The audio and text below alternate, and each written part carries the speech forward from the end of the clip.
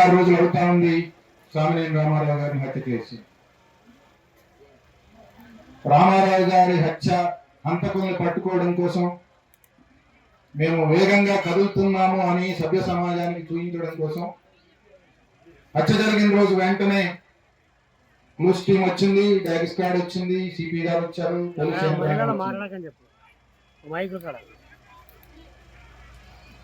Dog squad ని వదిలేశారు, clues team ని వదిలేశారు. పోలీసు యంత్రాంగం విచారణ పంతులాగా సాగుతా ఉంది. పోలీసు యంత్రాంగం చేసే విచారణ కాంగ్రెస్ పార్టీ కోరుకున్నటువంటి విచారణ, మల్లు బట్టి విక్రమార్క, మల్లు నందిని కోరుకునేటటువంటి విచారణ సాగుతా ఉంది తప్ప నేరస్తుల్ని పట్టుకునేటటువంటి విచారణ సాగడం లేదు. రామారావు గారి భార్య ఏనాడో చనిపోయిన నాడే ఫలానా వాళ్ళు ప్రత్యక్షంగా ఉన్నారు నా భర్తని హత్య చేసేటప్పుడు అని చెప్పేసి ఫిర్యాదు చేశారు. ఇవాళ వాళ్ళని విచారించడం లేదు. ఇంతవరకు ఎందుకు విచారించడం లేదు అని పదే పదే పిలిస్తే, అడిగితే, విజ్ఞాపన చేస్తే, ఫిర్యాదు చేస్తే ఒక్కసారి అట్లా పిలిచారు, ఇట్లా వదిలిపెట్టారు.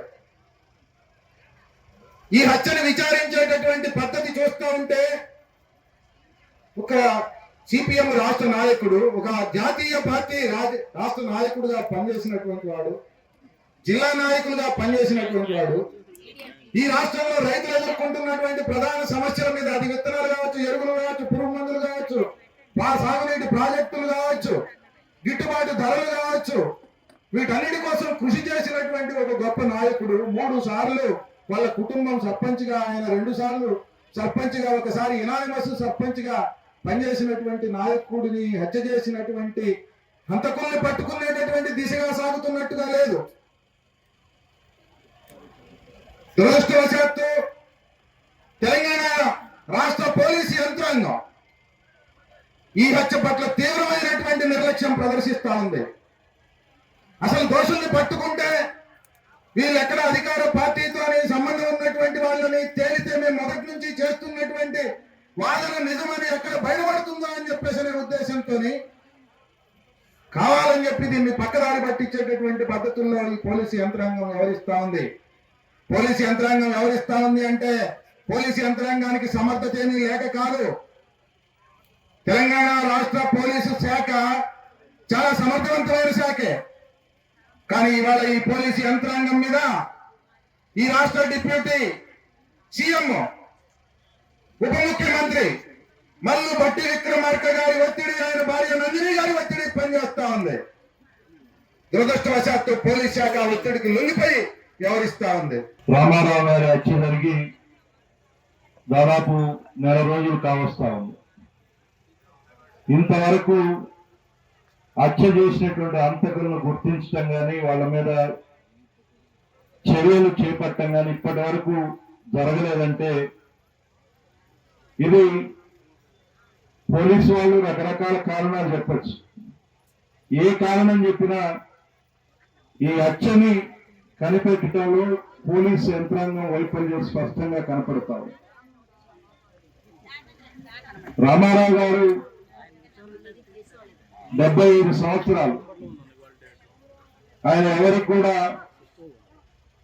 హాని తలపెట్టేటువంటి వ్యక్తి కాదు, సౌమ్యుడు కూడా. హత్య జరిగింది. ఖమ్మం జిల్లాలో గతంలో కూడా రాజకీయ హత్యలు అనేకం జరిగినాయి. కాంగ్రెస్ కమ్యూనిస్టుల మధ్య హత్యలు జరిగినాయి, కమ్యూనిస్టుల మధ్య హత్యలు జరిగినాయి. ఏ హత్య జరిగినా రాజకీయంగా అక్కడ ఉన్నటువంటి పరిస్థితుల్లో జరిగినాయి. కానీ రామారావు గారిని కిరాయి హంతకుని తీసుకొచ్చి చంపించారు. పోలీసు వారు కూడా చెప్తున్నారు, కిరాయి హంతకుడు ఎవరు చేపించారు? రాజకీయాల్లో, ఖమ్మం జిల్లా రాజకీయాల్లో ఇటువంటి కిరాయి హత్యలు ఎప్పుడూ జరగలేదు. ఇవాళ జరిగిందంటే దీని వెనకున్నటువంటి వ్యక్తుల్ని కఠినంగా శిక్షించాలి. ఇది రామారావు గారితో పోదు. పోలీసు వారు దీని మీద సీరియస్ గా వ్యవహరించి హంతకులు ఎవరో గుర్తించి వాళ్ళని శిక్షించకపోతే ఇటువంటి హత్యా రాజకీయాలు, కిరాయి హత్యా రాజకీయాలు ఖమ్మం జిల్లా రాజకీయాల్లో ప్రవేశిస్తే ఇది శాంతి భద్రతల సమస్యగా కూడా తయారయ్యేటువంటి పరిస్థితి ఉంది. ఇవాళ ఎక్కడో కారడవుల్లో ఉన్నటువంటి మావోయిస్టులని కేంద్రంలో ఉన్నటువంటి ప్రభుత్వం అధునాతన టెక్నాలజీని ఉపయోగించి వాళ్ళందరినీ కూడా అరెస్టులు చేస్తున్నారు, ఎన్కౌంటర్లు చేస్తున్నారు. కానీ ఖమ్మానికి 20 కిలోమీటర్ల దూరంలో ఉన్నటువంటి పాతర్లపాడు గ్రామంలో జరిగినటువంటి హత్యని ఇవాళ వీళ్ళు కనిపెట్టట్లేదంటే ఇవాళ అక్కడున్న ప్రభుత్వం ఈ ప్రభుత్వానికి కూడా తేడా లేనట్లుగా కనపడతా ఉంది. ఇక్కడికి వచ్చినటువంటి వారి కుటుంబ సభ్యులు స్వరాజ్యం గారు, విజయ్ కాదు, మేమంతా కూడా రామారావు గారు వెంట ఉన్నామని పాతాలపాడు నుంచి వచ్చినటువంటి మీ అందరికీ కూడా చేతులెత్తి నమస్కారం తెలియజేస్తా ఉన్నా. ఈ రోజుకి 26 రోజులు అవుతా ఉంది రామారావు గారు చనిపోయి. కానీ ఈ రోజు వరకు కూడా చంపబడినటువంటి రామారావు గారి అభిమానులు, చంపబడినటువంటి రామారావు గారి కుటుంబ సభ్యులు అందరం పేగులు తెగేదాకా రామారావు గారికి న్యాయం చేయాలని అడుగుతా ఉంటే, చంపినటువంటి వాడు కడుపులో చల్ల వదలకుండా ఇంట్లో పడుకున్నటువంటి చరిత్ర ఈ ఖమ్మం జిల్లా రాజకీయాల్లో జరుగుతూ ఉన్నది. ఒక్కసారి మనం దీన్ని ఆలోచించాలి. ఎందుకని మనం ఎందుకు రోడ్డు మీదకి వచ్చి అడగాలి? చంపినటువంటి వాడు ఎందుకు కదలకుండా ఉండాలి అంటే, ఈ రాష్ట్రంలో అధికారంలో ఉన్నటువంటి, ఈ నియోజకవర్గానికి శాసనసభ్యుడిగా ఉన్నటువంటి డిప్యూటీ సీఎం గా ఉన్నటువంటి బట్టి విక్రమార్క మరి తను కన్ను సైగతోటి ఈ జిల్లా రాజకీయాల్లో, రాష్ట్ర రాజకీయాల్లో మరి నేనున్నాను, నాకు తెలవకుండా శివుడాజ్ఞ లేకుండా చేమైనా కొట్టదు అన్నట్టుగా, మరి నేను లేకుండా ఇది ఏమీ జరగదు అన్నట్టుగా ఇవాళ నిమ్మకు నీరెత్తినట్టుగా బట్టి విక్రమార్క గారు ఉంటున్నారు. అందుకని సుదర్శన్ గారు చెప్పినట్టుగా ఈ నియోజకవర్గానికి బాధ్యత వహిస్తున్నటువంటి మీరు, ఈ రాష్ట్రానికి ఉప ముఖ్యమంత్రిగా బాధ్యత వహిస్తున్నటువంటి మీరు, రామారావు గారి యొక్క మరణానికి కూడా, చావుకు కూడా, హత్యకు కూడా మీరే బాధ్యత వహించాల్సినటువంటి అవసరం ఉన్నది అని చెప్పేసి నేను ఈ సందర్భంగా హెచ్చరిక చేస్తా ఉన్నా. చాలా మంది అనుకోవచ్చు రామారావు గారికి 75 సంవత్సరాలు, ఎవరి మీదకి తగాలకపోయేవాడు కాదు, ఎవరిని దురుసుగా మాట్లాడేటువంటి వాళ్ళు కాదు, ఆయన మీద రాజకీయ కోపం ఏముంటది అని చెప్పేసి అనుకోవచ్చు. కానీ ఆ గ్రామ చరిత్ర గాని, ఆ మండల రాజకీయాల గురించి తెలిసినటువంటి వాళ్ళకి కానీ మరి చాలా మందికి తెలుసు. రామారావు గారు జిల్లాలోను రాష్ట్రంలోను వివిధ బాధ్యతలు నిర్వర్తించి తిరిగి గ్రామం వస్తున్నాడు అని తెలవగానే శత్రువుల యొక్క గుండెల్లో, కాంగ్రెస్ వాళ్ళ గుండెల్లో ఆనాడే రైళ్లు పరిగెత్తినాయి. మరి ఆ తర్వాత అర్ధరాత్రి పూట పొన్నంగారు డివిజన్ కార్యదర్శిగా ఉన్నటువంటి సమయంలో అర్ధరాత్రికి రాత్రి ఆ ఊరు గ్రామ కార్యకర్తలు పోలీస్ స్టేషన్ లో ఉంచితే ధర్నా చేయాల్సినటువంటి స్థితి వచ్చింది. ఎందుకు అంటే రామారావు గారు ఊళ్ళోకి వచ్చాడు, మళ్ళీ సిపిఎం పార్టీ మరి గతంలో లాగానే మరి అభివృద్ధి చెందింది, అందుకనే రామారావు గారిని ఏ రకంగానైనా లేకుండా చేయాలనేటువంటి కుట్ర ఆనాడే ప్రారంభమైంది. కానీ మరి దాన్ని ఇంతవరకు కాపాడుకుంటూ ఆ గ్రామంలో ఉన్నటువంటి కార్యకర్తలు నిలబెట్టుకుంటూ వచ్చారు. కానీ ఇటీవల జరిగినటువంటి బతుకమ్మ ఉత్సవాల సందర్భంగా కానీ, వచ్చినటువంటి రిజర్వేషన్లు క్రమం కానివ్వండి, ఇవన్నీ చూస్తే తప్పనిసరిగా రామారావు గారి నాయకత్వంలో చింతకాని మండలంలోనే మరి సిపిఎం పార్టీ ఎగిరేటువంటి జెండా పాతాలపాడు గ్రామం అనేటువంటిది అందరి నోటాలు ఉన్నటువంటి మాట. అందుకని రామారావు గారు ఉన్నంత కాలం ఈ గ్రామంలోనూ, ఈ మండలంలోనూ, ఈ ప్రాంతంలోనూ మనం ఏమీ చేయలేము. ఏదో ఒక రకంగా మనం ఆయన లేకుండా చేయాలి అనేటువంటి కుట్ర ఉన్నది. అందుకనే 75 సంవత్సరాల మనిషిని ఏం చేయాలని, మాకేముంటది అని అనగానే చాలా మంది మరి నిజమేనేమని అనుకుంటున్నారు. కానీ అది 75 సంవత్సరాలు కాదు. ఆయన వయసు 75 సంవత్సరాలైనా ఆయన మార్చిగా ఉన్నటువంటి ఆలోచన ఇప్పటికీ కూడా యువకుడుగానే ఎర్రజెండా పట్ల అంకిత భావంతో ఉన్నటువంటి వ్యక్తి రామారావు గారు. అందుకనే వాళ్ళ యొక్క ఆలోచన బంజార నియోజకవర్గంలో ఏ విధంగా ఉంది, ఏ కాంగ్రెస్ పార్టీ కార్యకర్తలు అడిగినా ఏం చెప్తున్నారు అంటే, మా నియోజకవర్గంలో మా భట్టి గారికి ఎదురు లేకుండా ఉండాలి, మరి వేరే ప్రశ్నించేటువంటి వాళ్ళు ఉండటానికి వీల్లేదు. రేపు జరిగేటువంటి స్థానిక సంస్థల ఎన్నికల్లో ఆయన డిప్యూటీ స్పీకర్ సీఎం గా ఉంటే పక్కన ఇంకొక పార్టీ సర్పంచ్ కూర్చోవద్దు, పక్కన ఇంకొక పార్టీ ఎంపీపీ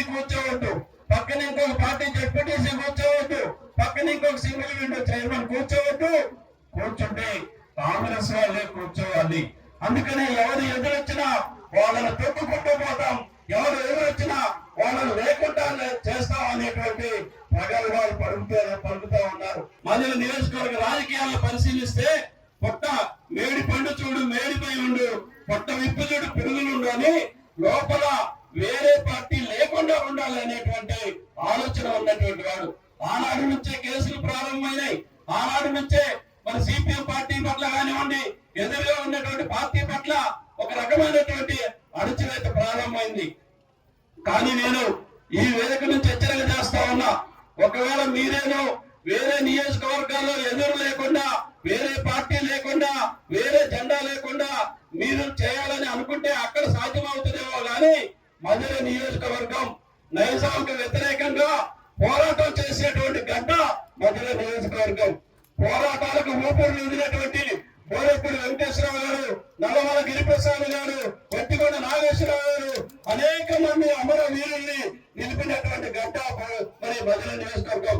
అందుకనే ఆ గడ్డ మీద ప్రజాస్వామ్యం లేకుండా, ప్రశ్నించేవారు లేకుండా మీరు చేయాలని అనుకుంటే అది మీకు పొరపాటే అవుతుంది. అందుకనే ఎప్పటికైనా ఈ వేదిక ద్వారా ఈ నియోజకవర్గంలో జరుగుతున్నటువంటి దాడులు ఏకపక్షంగా ఒక రైతు, పొద్దుటూరులో ఉన్నటువంటి ఒక రైతు నా పొలాన్ని పలానా వాడు ఆక్రమించుకున్నారు, నాకు న్యాయం చేయండి అని అంటే పోలీస్ స్టేషన్ పోతే దరఖాస్తు తీసుకోరు, ఎంఆర్ఓ ఆఫీస్ పోతే దరఖాస్తు తీసుకోరు. చివరికి నాకు చావే శరణ్యం అని చెప్పేసి భోజన ప్రభాకర్ అనేటువంటి ఒక రైతు ఆత్మహత్య చేసుకుంటే ఆ తర్వాత అతనికి న్యాయం జరిగింది. ఇది వాస్తవం కాదా? ఒక రైతు కరెంట్ షాక్ కట్టి చనిపోతే ఆ రైతు కుటుంబానికి న్యాయం చేయాలని చెప్పేసి ధర్నా చేస్తే అక్కడ ఉన్నటువంటి మండల పార్టీ నాయకుల మీద, వైస్ ఎంపీ హనుమంతరావు గారి మీద, వాళ్ళ మీద కేసులు, హత్యాచారం కేసులు పెట్టేటువంటిది ఇది వాస్తవం కాదా ఈ కాలంలో? అందుకనే ఇటువంటి ఈ ఘటనలన్నీ కూడా ఏం చెప్తా ఉన్నాయంటే మా మధుర నియోజకవర్గంలో ప్రజాస్వామ్యం లేదు, మా పోలీసులు చాలా సమర్థవంతంగా పనిచేస్తున్నారని మీరు అనుకుంటా ఉన్నారు. కానీ నేను అడుగుతా ఉన్నాను, ఇప్పుడు తెలంగాణ పోలీసు సేవ చచ్చినటువంటి వాళ్ళు కాదు, మీరు సమర్థులనే చెప్తున్నారు. ఏం చెప్తా ఉన్నారు? నిన్న మొన్న మన పత్రికల్లో చూస్తే కరేబియన్ దీవుల్లో ఉన్నటువంటి ఐబొమ్మ రవిని కూడా పట్టకొచ్చిన మేము మనగాళ్ళు అని చెప్తున్నటువంటి పోలీసులు రామారావు గారిని చంపినటువంటి వాళ్ళని ఎందుకు 26 రోజులుగా పట్టుకోలేకపోతున్నారని చెప్పేసి మనం ప్రశ్నించాల్సినటువంటి అవసరం ఉంది. అందుకనే మీ యొక్క చిత్తశుద్ధిని, మీ యొక్క నిజాయితీని రాజకీయాల్లో నిరూపించుకోవాలనంటే రామారావు గారి హత్యకు కారకులైనటువంటి దోషుల్ని వెంటనే పట్టుకొని శిక్షించాలి అని చెప్పేసి బీఆర్ఎస్ పార్టీ పక్షాన మరి డిమాండ్ చేస్తూ తప్పనిసరిగా ఈ ప్రజా పోరాటాల్లో మేము కూడా మీ వెంట ఉంటామని చెప్పేసి తెలియజేస్తూ local to global news at your fingertips. మీ చేతిలో ఒక ఆయుధం. Download raw TV app. Media legend Ravi Prakash is back.